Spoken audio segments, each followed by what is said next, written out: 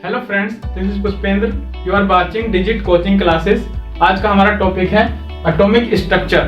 हमने पहली वीडियो में बताया था एटॉमिक स्ट्रक्चर की, पहली वीडियो में हमने पहला पार्ट बताया था, अब ये सेकंड पार्ट है। इसमें हम बात करेंगे एटॉमिक स्ट्रक्चर में कि एटम के अंदर कौन कौन से मॉलिक्यूल्स होते हैं या पार्टिकल्स होते हैं या ऑर्बिटल्स होते हैं। ओके, तो स्टार्ट करते हैं।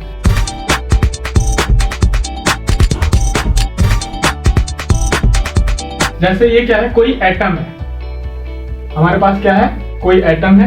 एटम के सेंटर में हमने बताया था क्या होता है, न्यूक्लियस होता है। उसी बेस पे हम जो न्यूक्लियस होता है उसको हम क्या बोलते हैं, पॉजिटिव न्यूक्लियस। उसको हम क्या बोलेंगे, पॉजिटिव न्यूक्लियस, जिसके अंदर क्या होगा, प्रोटॉन एंड न्यूट्रॉन। उसके अंदर क्या होगा, प्रोटॉन और न्यूट्रॉन होगा। और अगर न्यूक्लियस के चारों तरफ जो क्लाउड होता है, यानी कि जो एक सर्किल है उसको जो घूमता रहता है, उन सबको क्या बोलते हैं, ऑर्बिटल्स। और उसके अंदर क्या होते हैं, इलेक्ट्रॉन्स। उसके अंदर क्या होगा, उसके अंदर हमारे इलेक्ट्रॉन्स होते हैं।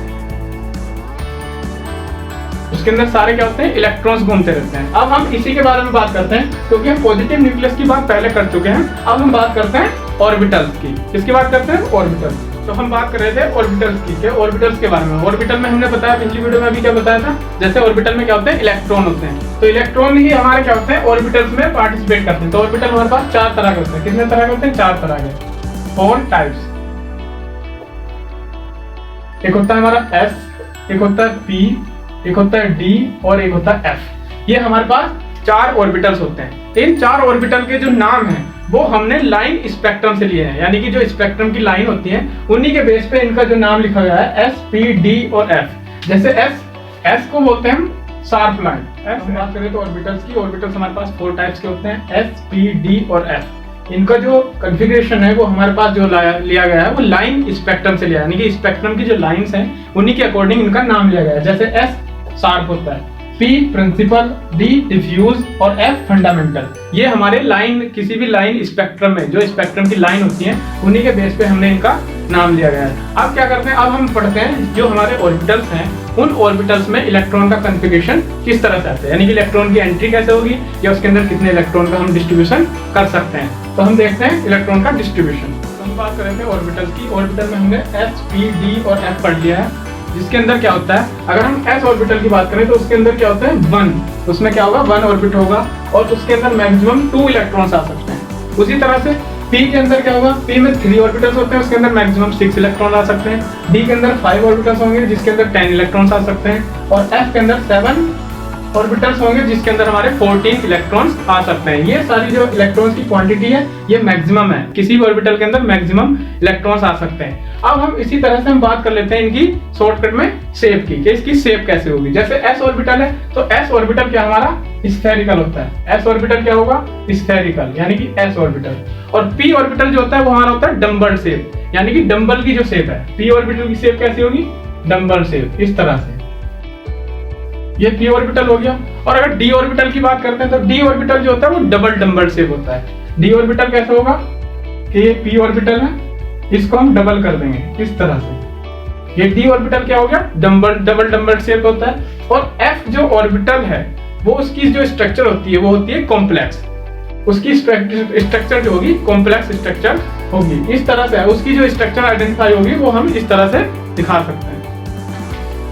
अब हम एटॉमिक स्ट्रक्चर में ही पढ़ लेते हैं। ये 3 टॉपिक हैं, ये 3 जो पार्टिकल्स हैं इनके बारे में पढ़ लेते हैं। एटॉमिक स्ट्रक्चर में 3 चीजें होती हैं किसी भी एटम में। एक होता है सेल, सबसेल और ऑर्बिटल्स। इनके बारे में हम पढ़ेंगे। तो हमारा मेन लॉजिक क्या है, मेन लॉजिक ये बोलता है जो ऑर्बिटल्स हैं वो मिलकर क्या बनाते हैं, सब सेल बनाते हैं। और जो सब सेल है वो मिलकर क्या बनाएंगी, सेल बनाएंगी। ठीक है। किसी भी एटम में अगर हम बात करते हैं तो मान लिया कोई एटम है, इस एटम के चारों तरफ क्या होगा, ये क्या है हमारी, ये हमारी है सेल। यानी कि एटम के चारों तरफ क्या होती है, सेल होती है। और सेल के अंदर ही क्या होंगी, सब सेल होंगी। और सब सेल के अंदर क्या होंगे, ऑर्बिटल्स होंगे। अगर हम सेल की रिप्रेजेंटेशन देखें तो सेल को हम डिनोट करते हैं K, L, M और N इसके अकॉर्डिंग। और सब सेल को हम करते हैं S, P, D और F। इन्हीं के बाद में S, P, D और F का जो है ऑर्बिटल्स होते हैं, जो हमने अभी पीछे डिस्कस कर चुके हैं। अब हम बात करते हैं इनका कॉन्फ़िगरेशन कैसे करते हैं। जैसे पहली सेल है तो पहली सेल को हम क्या करेंगे, K बोलते हैं। पहली सेल होगी K, दूसरी होगी L, नेक्स्ट होगी M और उसके बाद होगी N। इस तरह से हम इसका क्या करेंगे, डिनोटेशन करते रहते हैं। ये हमारी इसको डिनोट करते हैं। अब हम बात करते हैं ऑर्बिटल्स के बारे में कि जो s, p, d और f ऑर्बिटल्स हैं, इनके अंदर इलेक्ट्रॉन की जो कैपेसिटी है, यानी कि इलेक्ट्रॉन कितने आ सकते हैं और किस तरह से हमारा इलेक्ट्रॉन का क्लाउड बनता है, वो हम इसके बारे में बात करेंगे। अब हम बात कर रहे थे यहाँ पर सब सेल की। सब सेल में हमने क्या पढ़ा? s, p, d और f पढ़ा। अब s, p, d, f जो हैं, इन्हीं के क्या होते हैं? ऑर्बिटल डिवाइड हो जाते हैं। जैसे हमने अभी पहले बता चुके हैं कि s के अंदर कितने ऑर्बिटल होते हैं? 1, p के अंदर कितने होते हैं? 3, d के अंदर कितने होते हैं? 5 और f के अंदर कितने होते हैं? 7। अब हम इनका कॉन्फ़िगरेशन देखते हैं कि इलेक्ट्रॉन जो है वो हम किस तरह से हम डिस्ट्रीब्यूट करेंगे। जैसे पहला s है हमारा, तो s के अंदर जो हमारा ऑर्बिटल बनता है वो कितना है? 1 ऑर्बिटल। तो इसके अंदर इलेक्ट्रॉन की जो रिप्रेजेंटेशन होगी वो किस तरह से होगी? एक इलेक्ट्रॉन इस तरह आएगा, दूसरा इलेक्ट्रॉन इस तरह आएगा। वैसे हम बात करते हैं p ऑर्बिटल की। p ऑर्बिटल में कितने हैं? हमारे 3, यानी कि p जो सब सेल है उसके अंदर हमारे छोटे छोटे कितने ऑर्बिटल हैं? 3 ऑर्बिटल्स हैं। इस तरह से हमारे 3 ऑर्बिटल हो गए और इसमें हम इलेक्ट्रॉन क्या करेंगे? इस तरह से हमारे इलेक्ट्रॉन का कॉन्फ़िगरेशन होगा। इस तरह से हम इनको इलेक्ट्रॉन को फिल करेंगे, ये इलेक्ट्रॉन्स आ जाएंगे हमारे।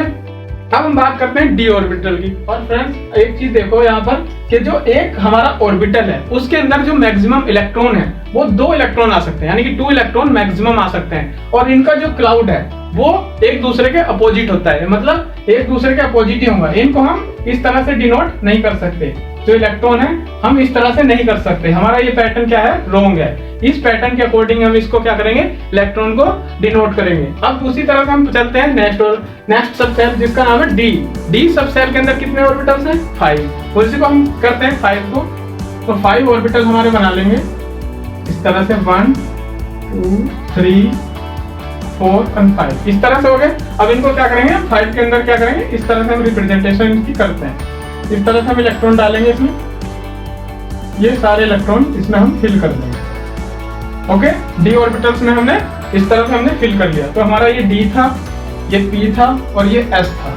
अब हमारा एफ ऑर्बिटल जो सब सेल है, एफ सब सेल है, उसके अंदर कितने ऑर्बिटल्स हैं? 7 ऑर्बिटल्स हैं। तो जो 7 ऑर्बिटल्स हैं उसमें क्या है? इलेक्ट्रॉन फिल करना है। फिल करने के लिए क्या करना है? आप लोग इसमें इलेक्ट्रॉन फिल करके दिखाओ, मैं कमेंट में चेक करता हूँ। कमेंट में आप इनको लिख के दिखाना कि जो डी ऑर्बिटल है, एफ ऑर्बिटल है, उसके अंदर हम इलेक्ट्रॉन को कॉन्फ़िगरेशन किस तरह से हम शो कर सकते हैं।